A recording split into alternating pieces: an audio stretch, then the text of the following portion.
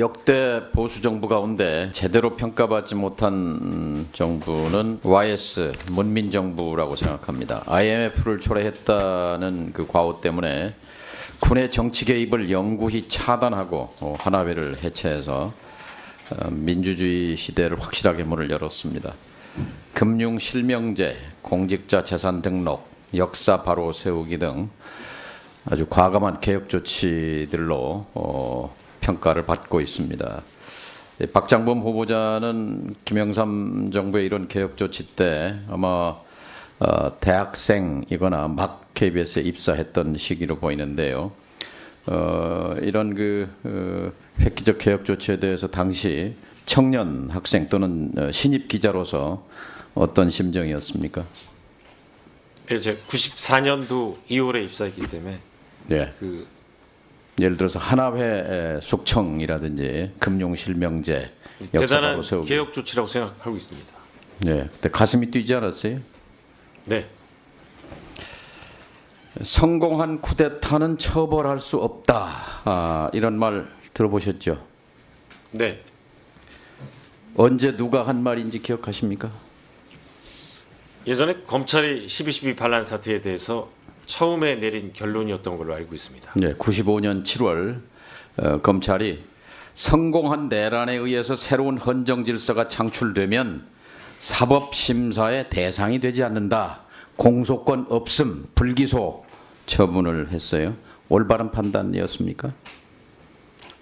결과적으로는 사후에 그 판단이 뒤집힌 걸로 알고 있습니다. 그러니까 그 판단이 검찰의 판단에 대해서 어떤 생각을 하고 계세요?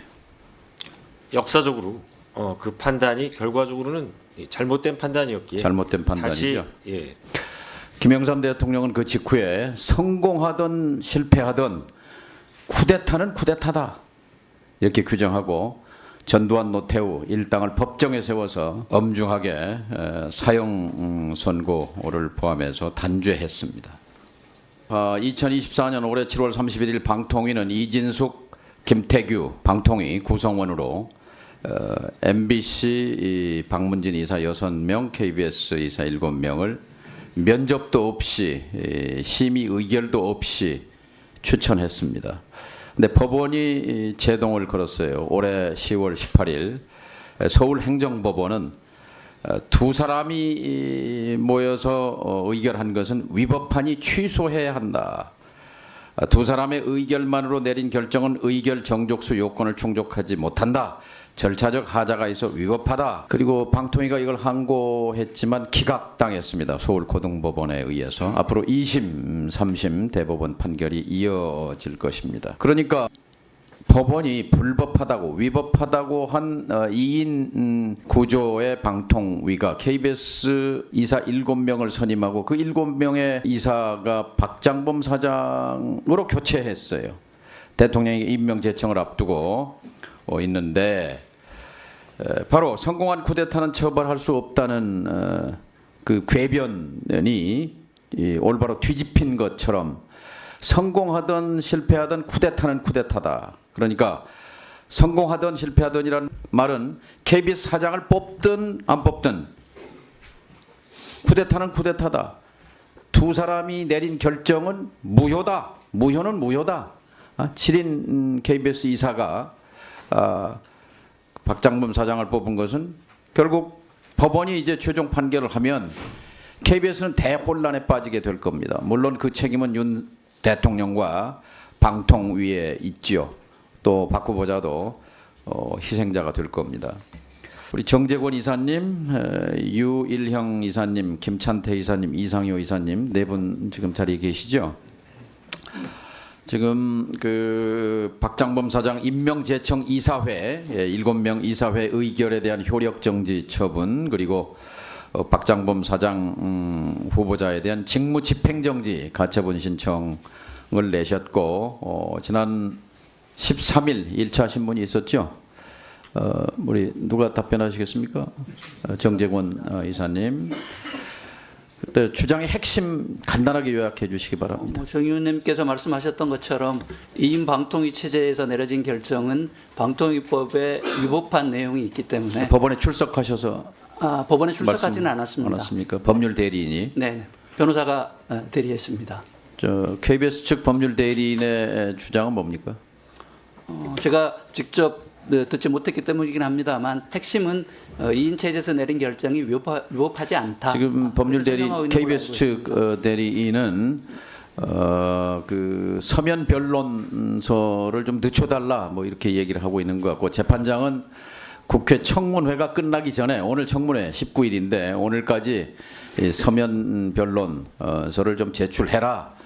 그래야 윤석열 대통령이 임명을 강행하기 전에 법원의 판단이 결정될 것 아니냐 하는 취지 같아요. 그래서 지금 사실 역사적인 순간입니다. 어제 오늘 국회는 지금 박장범 후보자에 대한 청문을 심도 깊게 진행하고 있고, 동시에 사법부는 또 네 분 야권 추천 이사님들의 그런 가처분 효력정지 처분 신청을 지금 심의하고 있는 굉장히 중요한 순간입니다. 이 상황 어떻게 보세요? 저희들이 바라고 희망하는 상황은 아닙니다만, 정 의원께서 말씀하셨던 것처럼 재판부가 오늘 양쪽에 다 추가 변론서를 받았기 때문에 대통령이 사장을 임명하기 전에 현명하고 합리적인 판단을 내려주십사 기대하고 있습니다. 예, 이건 지금 남부지원에서 이 심리를 지속하고 있는데, 만일 이게 유효하다, 박장범 사장 임명이 유효하다고 치면, 그렇게 한다면 서울행정법원의 10월 18일 판결과 180도로 다른, 그러니까 판결과 판결이 충돌하는 어처구니 없는 결과가 발생할 것이고, 이게 받아들여진다면 역시 방통위 2인 체제가 불법이라는 이것이 헌법재판소 앞으로 2심, 3심까지 지속될 가능성이 높다고 생각합니다. 이 판결은 언론 자유 후퇴와 그리고 상식의 파괴를 막는 결정적인 법원의 역할이었다고 생각합니다. 국회, 법원, 행정, 입법, 행정, 사법이, 입법부는 청문회를 진행하고 있고, 사법부는 이 방통위의 결정의 위법성 여부를 지금 결정적으로 판결하고 있고, 그리고 이제 윤석열 대통령은 윤석열 대통령에게 촉구합니다. 사법부의 결정이 나올 때까지 박장범 후보자에 대한 임명은 보류돼야 합니다. 청문 절차가 끝나더라도, 청문회에서 어떤 보고서가 채택이 되더라도 또 안 되더라도 그 결정은, 왜냐하면 입법, 행정, 사법은 당연히 분립입니다. 사법부의 이런 절차는 존중돼야 합니다. 따라서 윤석열 대통령의 임명은 보류돼야 한다는 말씀이고, 또 하나 공영방송 지배 구조에 대한 본질 논의를 시작해야 합니다. 이 정부는 밀어붙이기를 중단해야 합니다. 이미 출로는 막혔습니다. 퇴로도 막혔습니다. 이 상황을 끌고 가는 것은 이 국민 통합의 상징으로서의 대통령직 수행자로서 대통령의 적절한 직무 수행이 아닙니다.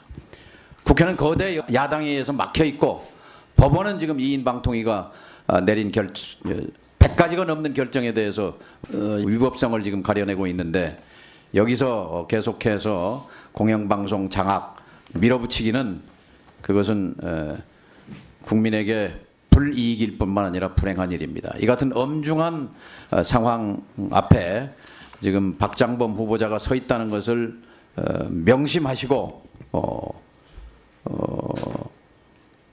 엄중한 마음으로 법원의 결정 기다리시기 바랍니다. 이상입니다.